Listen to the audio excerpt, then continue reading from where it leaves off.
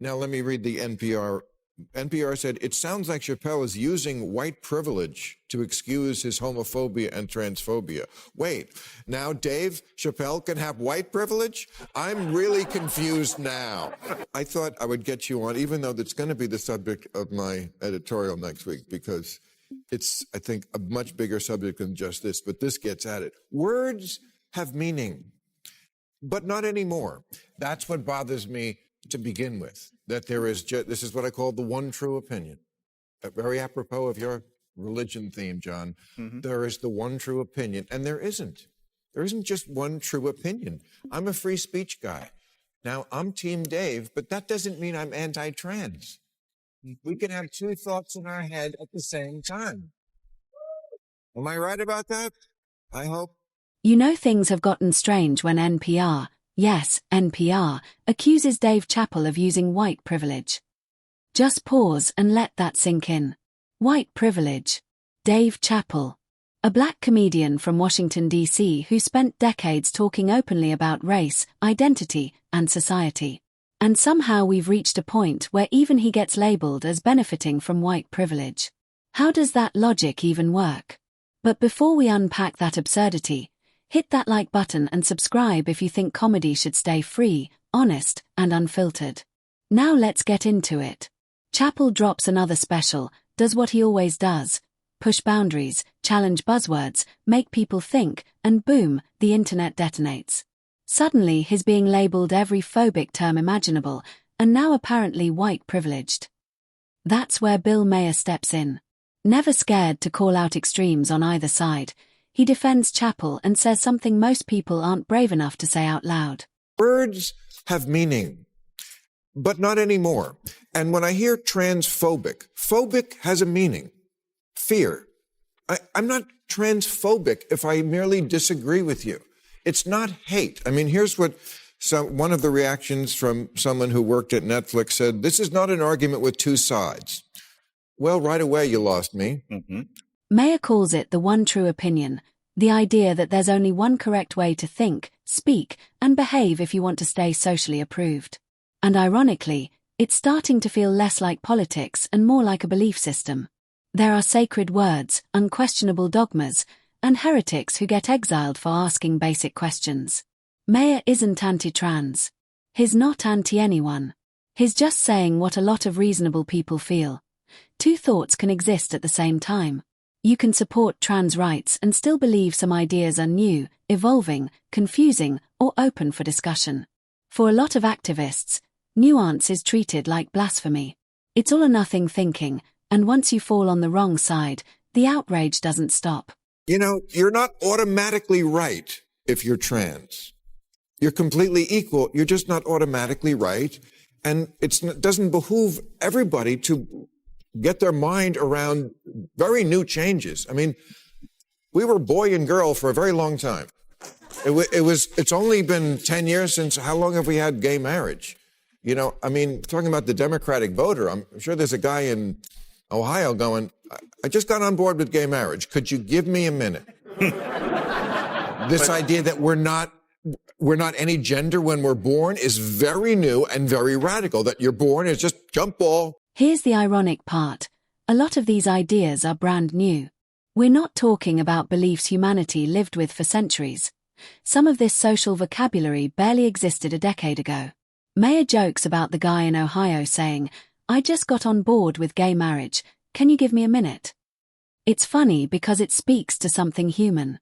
People need time to adjust. Society doesn't evolve at the speed of hashtags. And none of that means rejecting progress. Empathy matters. Compassion matters.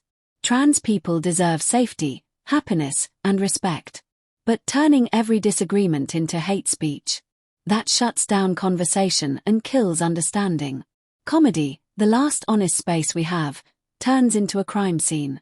A comedian wondering, is this safe to say? Is already a sign something important is slipping away. I'm not sure I'm down with all of it, and I don't have to be. but Dave wasn't battling power differentials. He wasn't immediately on board, and that person from Ohio needs to do some learning and some adjustment. Yes. But that means that you are a heretic and you have to be pushed out a window because you are not battling the power differentials. And what you see is that there's one thing this is.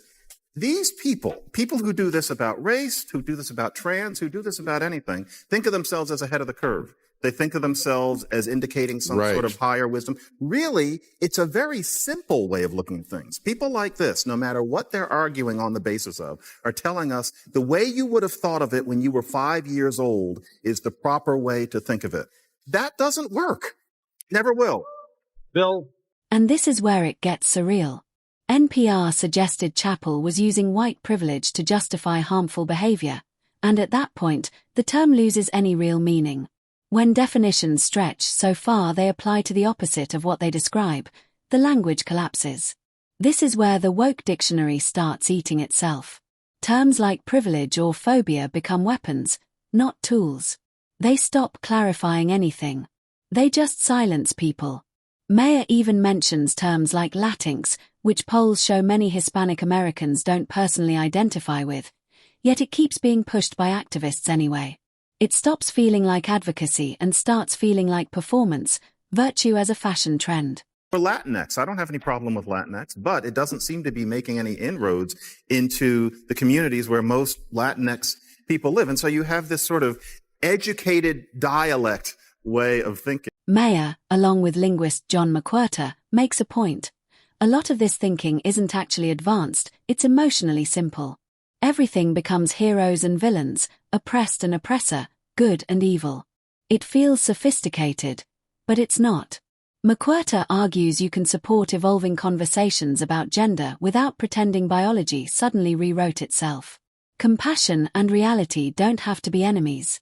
Respecting someone's identity and acknowledging basic biological facts are not mutually exclusive ideas. I think, to get back to this simplicity idea, they see that Dave Chappelle is a comedian. There are layers of wit and irony and attitude going on. And instead, we're told to just read it as if it was the Three Bears. And we're being told that that's sophisticated, when really that means that these people who are, so annoyed that anybody says some words or expresses some ideas are saying that most of America aren't sophisticated. And yet, last time I checked, they were arguing on the basis of disempowered people. Or that there's a connection. And that's where the movement loses people. Some activists treat acknowledging biology as disrespect, even when it isn't. 2 thoughts, 1 brain. It's really that simple. Look at the audience reactions. On Rotten Tomatoes, Chappelle's special sits around the low 40s with critics, but the audience score shoots up into the 90s. That gap says everything. Critics, afraid of backlash, attack it. Regular viewers who actually watched it. They laughed. They connected. They understood it was comedy, not a manifesto. Being a comedian seems like a really, really tough job. I think we can agree that comedians' primary role is to entertain, and it's sometimes to make us think. But no one thinks it's a comedian's role to tell us how to think or what to think, and attributing that role to Dave or any other comedian doesn't serve art, the artist, or society at all. Mm-mm.